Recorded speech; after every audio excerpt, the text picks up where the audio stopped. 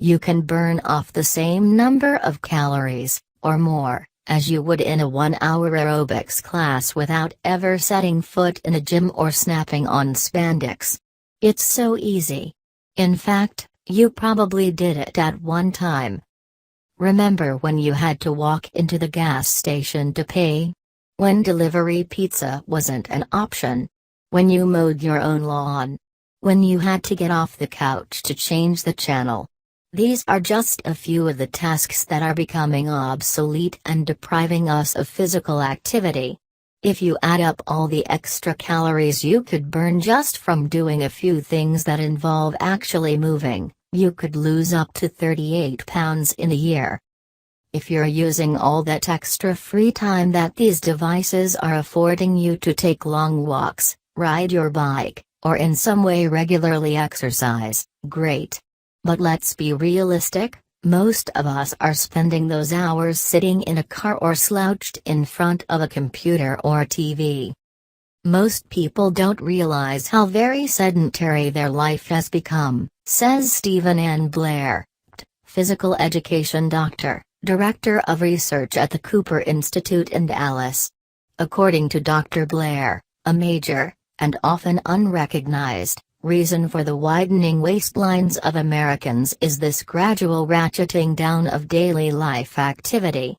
The average adult expends about 300 to 700 fewer calories per day than her parents did, he says. The good news is that adding simple activity back into your daily life is an easy, effective way to shape up, burn calories, and get healthy. A Cooper Institute study found that lifestyle activities such as climbing stairs and parking your car in the farthest space offer benefits similar to those gained in a gym workout. Exercise is key to most weight loss plans because it helps you burn more calories, and more calories burned equals more pounds lost. But what if you hate exercise? Is it required to lose weight? It certainly helps you stay healthier by revving your heart rate and building your muscles, but it is not mandatory. There are ways to lose pounds without exercising. Here's how. Dim the lights and lower the noise. In a study by Cornell researcher Brain Ones Inc., Ph.D., people who went to a fast food restaurant where the lighting was softer and the music was more soothing ate, on average, 175 fewer calories than those who ate in the same place with bright lights and blaring music.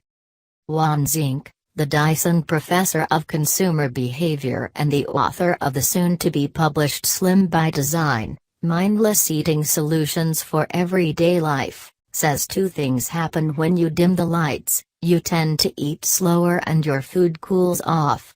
That's helpful because when you rush through your meals, you usually consume more calories.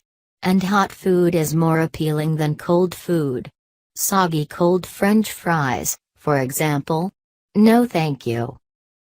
Reduce the size of your plate. Most American plates are 11 or 12 inches wide. If you stick to a plate that is 9 or 10 inches wide, however, Dr. Ones Inc. says you can cut about 23% off the amount you serve yourself, and eat. It's a mindlessly easy way to cut things down, he says. Similarly, if you use a smaller serving spoon, you can serve yourself about 14% less at each meal. Over a number of months, that can add up to a lot less food and weight loss. Announce your snacks. This doesn't necessarily work for everyone, but it's very effective for some. You can eat anything you want or snack as often as you want as long as you announce, out loud, "I'm not hungry, but I'm going to eat this anyway." The typical person who does this every day for a month loses 1.9 pounds. Why? It breaks mindlessly negative eating behavior, Dr. Ones Inc. says.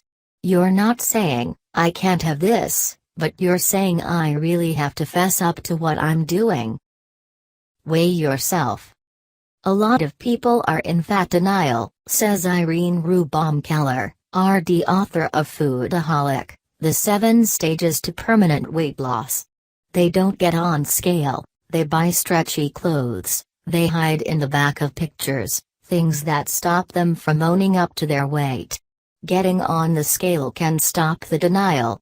It may not help you lose weight, but may really stop you from gaining weight, she says.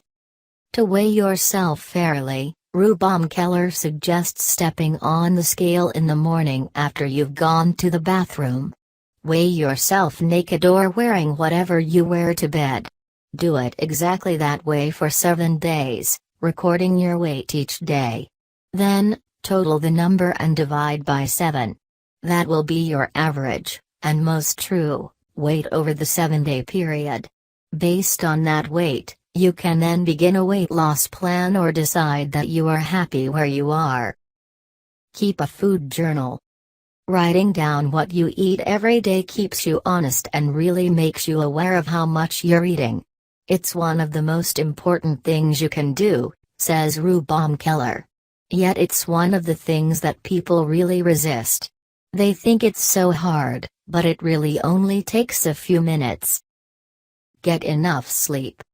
Did you ever notice that when you're sleepy, you tend to eat more? Your observation is backed by science. Studies have shown that tired people put more food in their mouths. There is some debate as to why. Marie-Pierre Saint-Onge, Ph.D., Assistant Professor at Columbia University College of Physicians and Surgeons, and Research Associate at New York Obesity Research Center, says some studies have shown that sleep-deprived people produce more ghrelin, a hormone that stimulates appetite. But the problem is not just physiological. It's psychological, too, she says.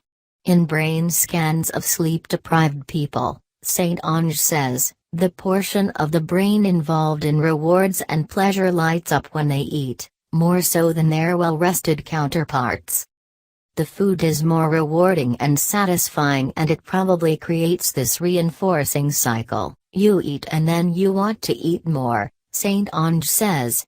Add to that the reality that a tired brain is less able to control its impulses, and you can see that a well-rested person is much better able to moderate his or her eating.